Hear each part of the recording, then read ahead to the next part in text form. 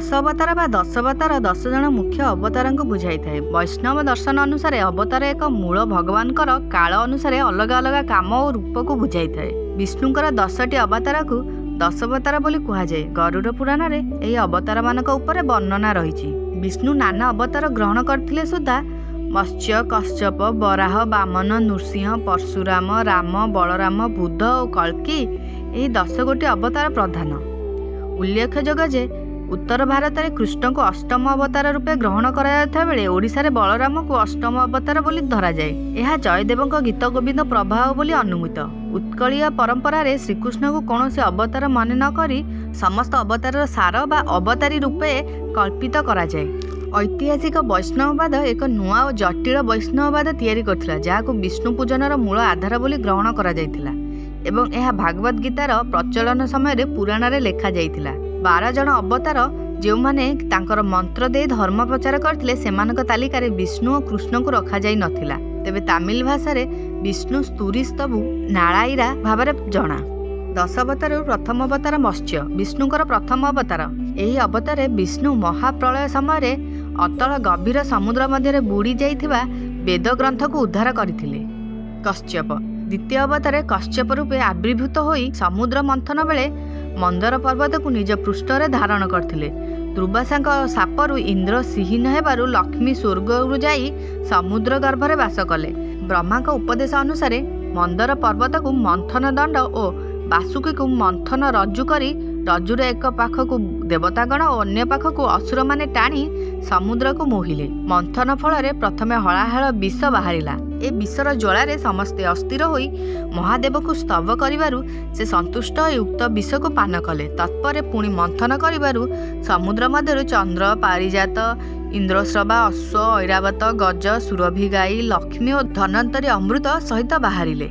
असुर माने अमृत हरण करने को उद्यत हेबारु विष्णु मोहिनी रूप धरी असुर मान को वंचना करी देवता मान को उक्त अमृत देले। एथिजागु देव और असुर मान मध्य भयंकर युद्ध लगिला। नारद से युद्ध निवारण करथिले। देवता मान द्वारा हत असुर मान को असुरगुरु शुक्राचार्य बंचाइथिले। बराह पौष अमावास्या बा बकुल अमावास्या दिन तृतीय अवतार बराह रूपे आविर्भूत होइथिले। हिरण्यक्ष नामक दैत्य ब्रह्मा बरे अत्याचारी होई देवता मान को परास्त करी पृथ्वी को नहीं पाताल रे प्रवेश करथिला। धरणी जलरत्न निमग्न थिला। विष्णु बराह रूपे हिरण्यक्ष को निपात करी पृथ्वी को जल मध्यरु दंत द्वारा उत्तोलन करथिले। एहांक अवसर धरणी गर्भरु नरकासुत जात होइथिले। नृसिंह नरसिंह मुंडरू काटी देश पर्यंत सिंहाकृति और अवशिष्ट अर्धांग नाराकृति। वैशाख शुक्ल चतुर्दशी दिन आविर्भूत होइथिले। ए अवतार विष्णु हिरण्यकश्यप और मुरासुर को बध करथिले। वामन भाद्रव शुक्ल द्वादशी दिन अदिति गर्भरु आविर्भूत होइथिले। ए अवतार विष्णु गोटे खर्बकाय ब्राह्मण रूप धरी बलिराजा को दान मागी तांकु निज शरीर निर्गत तृतीय पादरे पातालपुर को चापी देइथिले। राजा बलि अत्यधिक दानी थिबारु तांकर अहं भाव जात होइथिला। परशुराम विष्णु का षष्ठ अवतार रूपे ऋषि जमदग्नि अवसरु रेणुका गर्भरु जात होइथिले। एहांकर अस्त्र परशु बा कुठार अटे। ए अवतार पृथ्वी को 21 बार निक्षेत्रिय करथिले। ए पित्रादेश शिव माता रेणुका को बद्ध करथिले और पर पिता को संतुष्ट करी माता को पुनरुज्जीवित करथिले। एहांक पितृहंता कार्य बा सहर्षार्जुनक ए बद्ध करथिले। रामचंद्र विवाह हो सारी सीता को घेनी मिलिथिबारु फेरिबा समय ए तांकु भेटी धनु परीक्षा निमंते रामचंद्र को आह्वान करथिले। रामचंद्र एहांक हाथरु धनु नेबा समय एहांक देहरे थिबा विष्णु तेज रामचंद्रक देहरे प्रवेश कला और ए हतप्रभ होई तपस्या करबाकू गले। एहांक अन्य 4 भाईक नाम समन्वान, सुसेन, वसु और विश्वावसु। राम विष्णु का सप्तम अवतार रूपे त्रेतया जुगे अयोध्या दशरथ ज्येष्ठ पुत्र रूपे कौशल्या गर्भरु जन्मग्रहण करथिले। एहांक विषय रामायण रे वर्णित। वशिष्ठ ऋषि एहांक गुरु।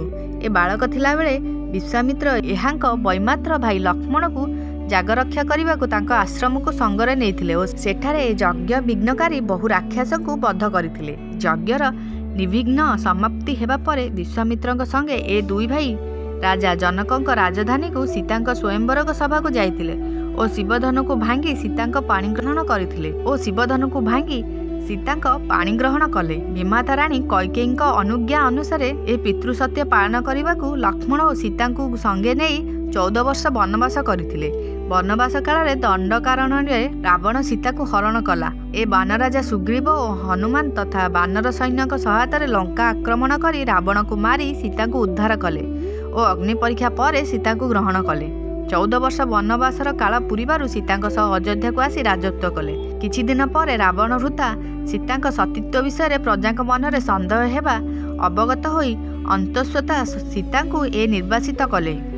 ନିର୍ବାସନ କାଳରେ ବାଲ୍ମୀକି ଆଶ୍ରମରେ ସୀତାଙ୍କଠାରୁ ଲବ ଓ କୁଶ ନାମକ ଯମଜ କୁମାର ଜନ୍ମ ହେଲେ। ତତ୍ପରେ ପିତା ଓ ପୁତ୍ର ଦ୍ୱୟଙ୍କ ମିଳନ ହେଲା।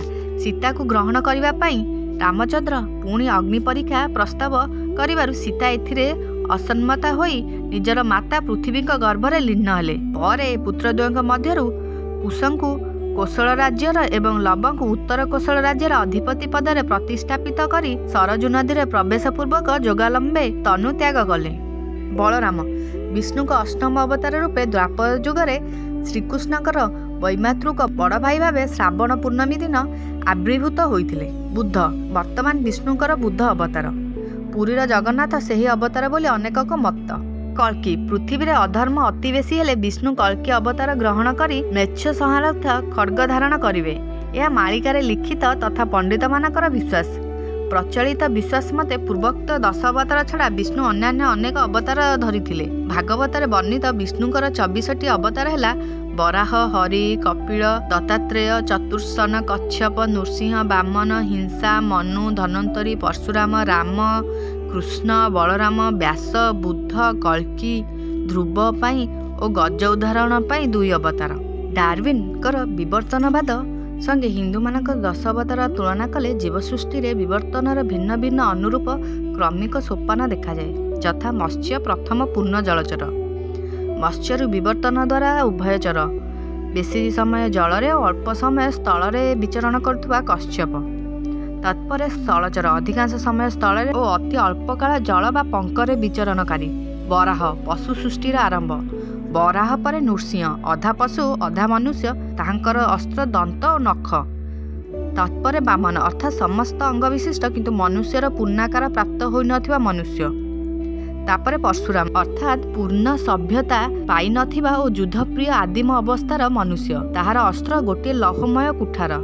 ତତ୍ପରେ ରାମ ସମାଜ ଓ ରାଜ୍ୟ ପରିଚାଳନାରେ ଦକ୍ଷ କିନ୍ତୁ କୃଷି ବିଦ୍ୟାରେ ନିପୁଣତା ଲାଭ କରିନଥିବା ଅବତାର। ତାପରେ ବଳରାମ କୃଷିଜୀବୀ ଓ ସଂସାର କର୍ମରତ ମନୁଷ୍ୟ।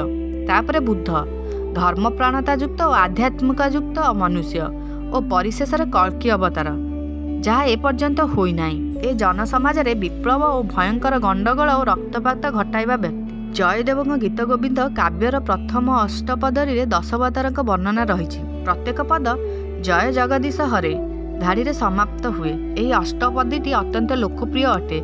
ଅଷ୍ଟପଦୀ ଶେଷରେ କବି କୃଷ୍ଣଙ୍କୁ ସମସ୍ତ ଅବତାରର ସାର ରୂପେ କଳ୍ପନା କରିଛନ୍ତି।